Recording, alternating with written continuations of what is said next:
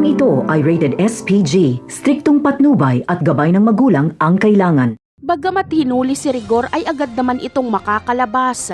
Isang tawag lang ni Roberto sa Enleia para sabihing walang kasalanan si Rigor, bagkus ay ito pa nga ang nagligtas sa kanya. Kaya agad na makakauwi si Rigor.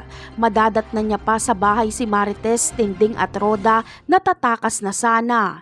Pero hindi papayag si Rigor na mawala sa kanya si Marites.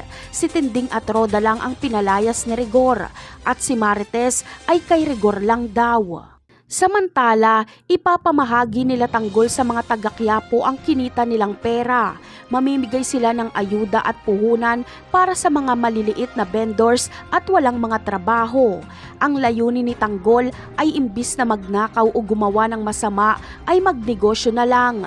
Kaya puhunan ang ibibigay niya at hindi ito utang. Bigay lang talaga ito.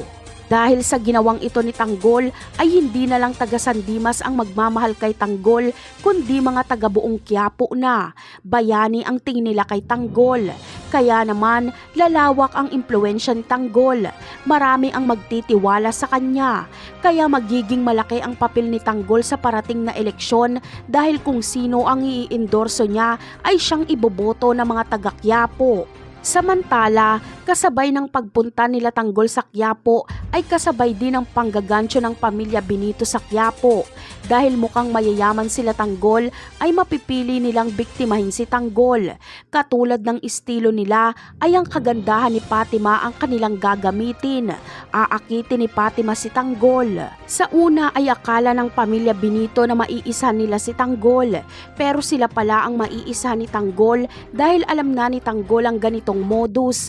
Hindi makakatakas sila Fatima dahil mapapalibutan sila ng mga kaibigan ni Tanggol.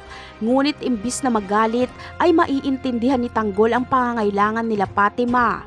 Bibigyan ni Tanggol sila Fatima ng malaking halaga para magnegosyo na lang ito imbis na manggancho. Napakarami pa nating dapat abangan sa mga susunod na episode. Paalam!